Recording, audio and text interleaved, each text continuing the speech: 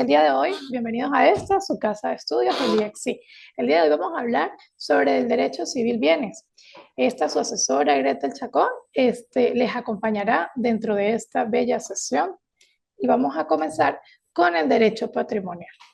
Es así como establecemos que el derecho patrimonial es el conjunto de los derechos actos para la satisfacción de las necesidades económicas en las cuales es titular una persona. Es decir, el patrimonio es el conjunto de deberes y derechos contenidos dentro del patrimonio. Es por lo tanto el conjunto de relaciones entre derechos y obligaciones. Dentro del derecho patrimonial tenemos ciertos principios que es necesario destacar y nombrar. Por lo tanto, tenemos el patrimonio que está constituido por un conjunto de deberes y derechos, tanto de deberes y derechos como para el deudor, como deberes y derechos para el acreedor. En los deberes y derechos no de bienes, ya que estos son objetos de derechos y el patrimonio no lo es. La significación económica y pecuniaria. El derecho patrimonial lleva consigo una significación de parte económica y pecuniaria y una sujeción a un titular. Ese patrimonio va establecido a una persona natural, a un titular que se establece que tiene ese derecho como tal. Dentro de la responsabilidad patrimonial podemos nombrar y decir que para la doctrina tradicional, esta doctrina tradicional es una verdadera obligación que permite al acreedor agredir jurídicamente los bienes patrimoniales del deudor incumpliente si la ejecución voluntaria no se ha producido. A ver, esto en otras palabras, una persona deudor, una persona que le debe a otra, al violar el deber de una norma, queda sujeto a responder con todos los bienes habidos y por haber, entiéndase esto, los bienes que tenga dentro de su patrimonio y los bienes que vaya a adquirir en el transcurso del tiempo. Una casa, un bien inmueble, una casa, un terreno que adquiera después de haber cometido esa violación al deber económico. Es decir, el deudor es responsable si incumple el deber o cargo. Este resarcimiento de los daños opera mediante el pago. Cuando se cumple con el pago, se cumple con el tema de la deuda. ¿Sí? Eso como opera mediante el pago de una suma de dinero por la vía de un pronunciamiento judicial realizable sobre los elementos que integran el patrimonio del deudor. Es decir, se establece a nivel judicial una situación, una demanda para que pueda pagar inclusive los intereses de mora por el error voluntario o haber caído en mora, haber violentado los derechos como deudor, deberes como deudor, realizable sobre los elementos que integran el patrimonio del deudor y los que tenga actualmente y los que tendrá en el momento de ejecutar la condena. Ya como lo expliqué, si en el momento que se demanda solo tiene una casa, pero en el momento que se le ejecuta la condena tiene más bienes, tiene un carro, una casa, una camioneta, pues sobre esos bienes también opera y se ejecuta esa condena establecida por un tribunal, excluyendo los que están fuera de prenda común de los acreedores, es decir, los que se encuentran fuera de la común prenda de acreedores vendrían siendo cuando se establece como hogar principal ante el CENIA o ante inclusive los mismos tribunales, ese hogar principal que se establece está fuera de la prenda común de dichos acreedores. Características del derecho patrimonial. Dejando de un lado los caracteres, son marcadamente representativos y particulares en atención a alguna de las teorías sobre el patrimonio. Consideramos que son notas características y entre esas tenemos las siguientes. Primero tenemos la legalidad. La legalidad es el conjunto de relaciones jurídicas. Estas solamente pueden ser consideradas patrimonio cuando el derecho positivo lo eleva y esa categoría es determinado régimen jurídico que le resulta aplicable e implica que los particulares no pueden crear conjuntos patrimoniales fuera de los que rige el criterio del número cerrado y supone a una sujeción a la disciplina legal, dado que cumple funciones que trascienden al mero interés individual del titular. Esto es lo que acarrea cuestiones referidas al mismo y son de orden público, es decir, que el derecho patrimonial vendría siendo de orden público, porque adquieres un patrimonio y lo tienes que resguardar y tiene derechos y obligaciones. De todo ello se deriva que los particulares no pueden crear, separar, reunir o disolver conjuntos patrimoniales por ser una materia sujeta a la aplicación imperativa de las leyes. Todo dentro de la sociedad, dentro del Código Civil, está establecido dentro del marco de esa legalidad para que pueda funcionar con la mejor manera y tenga una seguridad jurídica. De allí también hay una unidad. Esa unidad es la pluralidad de los diversos elementos que integran el patrimonio. Se consideran unidos de modo ideal y forman una sola entidad que será objeto de un mismo tratamiento, lo cual no contradice la responsabilidad de los patrimonios separados, por cuanto cuando existen, la unidad es aplicable y predicable tanto del patrimonio general como del separado. Así también tenemos la identidad. Esta es considerada como la consecuencia de la unidad, consistente en que cuando pueda variar a través del tiempo, porque su esencia reside en la consideración unitaria que le otorga el derecho. También tenemos una flexibilidad. Esta flexibilidad nos demuestra cómo esa universalidad, los elementos pueden variar, desaparecer o ser sustituidos en la razón de que aun cuando la voluntad del sujeto en todos estos casos son determinantes a una formación del patrimonio, si lo es en la variación de sus componentes. Aquí en esta universalidad es que puede haber diversidad dentro de esa organización patrimonial de la persona, dentro de ese patrimonio. Luego, pues habla de la autonomía. Entonces, en la autonomía vemos que es una independencia del patrimonio, presenta un doble significado. Por una parte de la libertad para disponer, administrar sus componentes con las limitaciones que exceden del interés privado. Esto es atendiendo las funciones que cumple y por otra parte supone que cada patrimonio responde a sus deudas autónomas y absolutas. Yo tengo una empresa, eso es un bien patrimonial, una empresa, pero mi empresa tiene deudas, ella responde sobre sus deudas con una autonomía absoluta. Las compañías anónimas responden con sus propios bienes.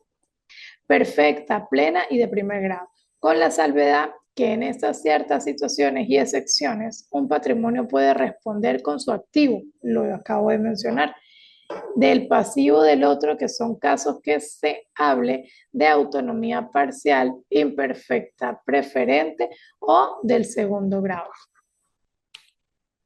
Así también tenemos la garantía de afectación a la satisfacción de sus acreedores. Esta es una característica innegable y vinculada al activo patrimonial. Basta con citar el aforismo de que quien se obliga se compromete con lo suyo, que revela esta nota, siendo la responsabilidad patrimonial el reflejo evidente de la garantía o afectación enunciada.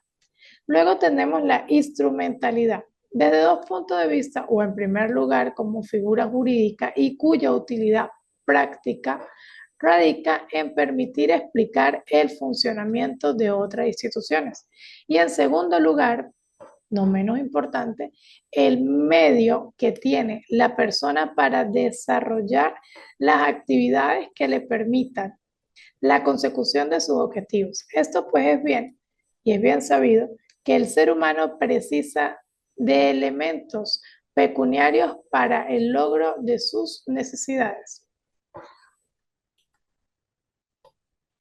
De allí, dentro de la parte del derecho civil bienes, que es lo que nos atañe, tenemos varias tesis. Entre esas tenemos las tesis clásicas o la teoría del patrimonio de personalidad, fundamentalmente desarrollada por la doctrina francesa, según la cual el patrimonio es una emanación de la personalidad y que a su vez conforma una universalidad jurídica.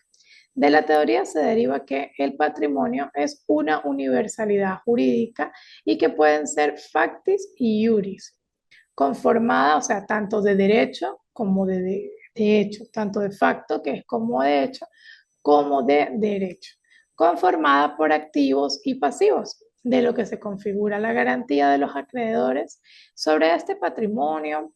Del acreedor, el titular del patrimonio, se acude a la idea de la subrogación real en virtud de una fungibilidad de todos los elementos, el activo de los elementos del patrimonio que son fungibles y de justificar el planteamiento de que si los elementos que dejan de formar parte del activo del patrimonio sirven para hacer frente a los pasivos que integran ese lugar y también pueden cumplir esa función. Pero en principio, lo que rige es la igualdad del acreedor, o sea, todos los acreedores tienen una igualdad, salvo las causas de preferencia entre los que se ubican los privilegios y las hipotecas. Luego tenemos la tesis de la teoría de la personalidad. Es aquí donde dice que el patrimonio está unido a la persona, únicamente tiene las personas naturales o incorporales y todas lo precisan. No existe nadie sin patrimonio y cada persona tiene uno solo. Es inseparable de ella y que a su vez es intransmisible o inalienable mientras vive. Es allí que el patrimonio está conformado solo por los derechos y obligaciones de carácter pecuniario, por lo que se excluyen derechos y obligaciones de contenido patrimonial. De allí se aluda al carácter monetario de los elementos del patrimonio, por lo que los derechos y obligaciones no patrimoniales no sean estimables en dinero, esto es, que no presenten valor monetario y no conforman parte de dicho patrimonio. Se añade que no es cierto que toda persona tenga necesariamente un patrimonio, pues pareciera que se confunde el patrimonio a lo que pudiera llamarse la capacidad patrimonial. De allí a que se refiere que la teoría adolece de una ambigüedad y artificialidad a pesar de su apariencia de claridad y rigurosidad, pues confunde la capacidad patrimonial con el patrimonio. Tampoco cabe hacer una identificación absoluta entre la nación de patrimonio, la personalidad y repugnante a la lógica que una persona pueda tener más de un patrimonio distinto al patrimonio general del sujeto. Dentro de la doctrina o teoría del patrimonio de la afectación, esta es otra doctrina. Esta doctrina del patrimonio de afectación surge como crítica a la anterior, sino como una concepción autónoma. Está inspirada en el ordenamiento germánico y también en el suizo, siendo Brins y Becker sus máximos exponentes. Señala el matrimonio que puede ser de dos clases, patrimonio de la persona o patrimonio impersonal o de destino. Este precisamente viene dado por la afectación a un fin, o sea, para un fin único y exclusivo en el momento. Para esta teoría, el patrimonio no es o no se identifica con la personalidad.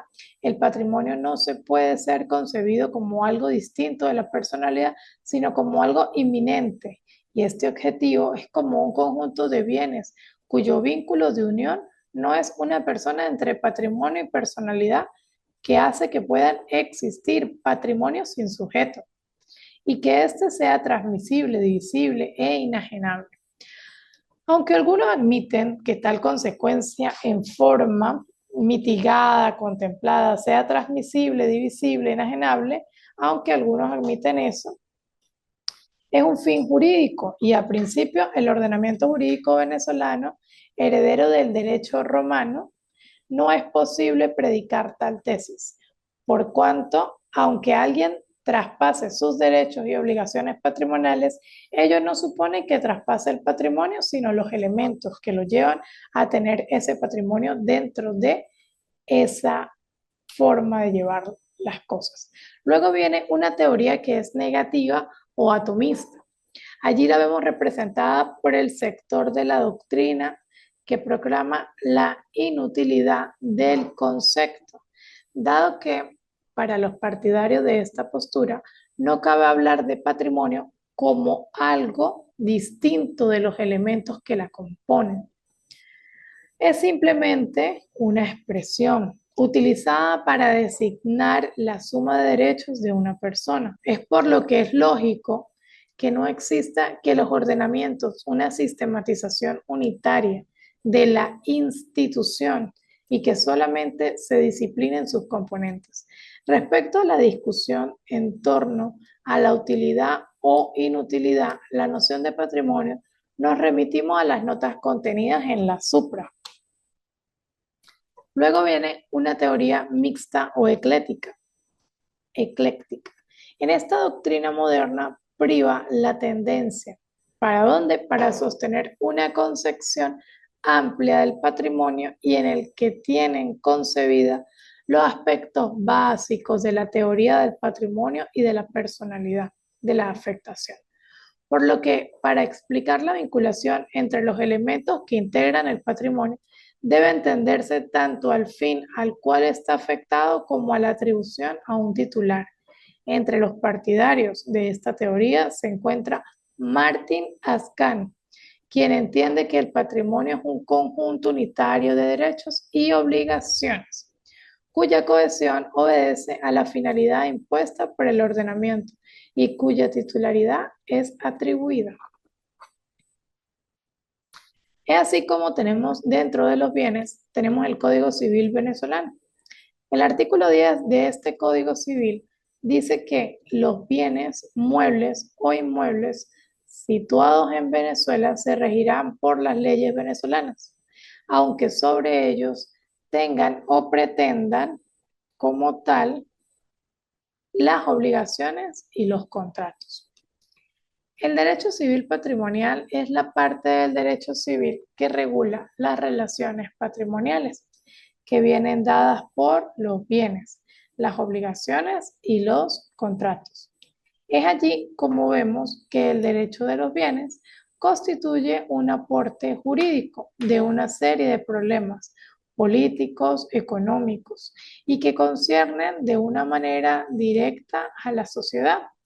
Es por su parte, el derecho real es el poder jurídico que una persona tiene. ¿Para qué? Para obtener el aprovechamiento total o parcial de la utilidad económica de una cosa. Es así como los bienes, según el Código Civil venezolano, nombramos dentro de el artículo 525. ¿Qué podemos mencionar? Allí nos menciona que las cosas que pueden ser objetos de propiedad pública, privada, son bienes muebles e inmuebles. ¿Cuáles serían siendo los bienes muebles dentro de nuestro sistema jurídico? O bueno, el que le da garantía para que ese derecho patrimonial exista es el conjunto de leyes que compilan dentro de nuestro sistema jurídico venezolano, entiéndase. Incluso aquí tenemos la ley de tránsito, regula los vehículos. La ley de alquileres regula los alquileres de viviendas o alquileres de comercio. Esos son bienes, en todos lados van involucrando los bienes muebles e inmuebles. Dentro de los bienes muebles tenemos los vehículos automotores, las aeronaves, los barcos, los teléfonos celulares, las computadoras, las guitarras eléctricas o acústicas y entre otros. Entre otros bienes muebles que podemos tener, todos los enseres de una casa, línea blanca, línea marrón, esos son bienes muebles. que le dan valor a la casa o al inmueble que se pueda presentar. Dentro de los bienes inmuebles tenemos casas, edificios, árboles, terrenos, minas, entre otros. Como hace un momento nombramos, todos tienen regulación. Dentro de las casas, edificios, terrenos, podemos tener la regulación en los registros inmobiliarios, en las alcaldías que también regulan cuando van a cobrar los impuestos inmobiliarios, y es por allí que se le da una regulación especial a los bienes inmuebles. A los vehículos en la alcaldía también los regula para saber cuántos bienes muebles como vehículos automotores están circulando dentro del estado, cobran unos trimestres que son establecidos para poder tener un control dentro de los bienes y patrimonio de la población. Así como vemos que las cosas, dentro de las cosas pueden ser el fuego, el aire, el agua. Es indudable que cada uno es utilizado por el hombre. ¿Para qué? Para satisfacer sus necesidades básicas, necesarias para su existencia.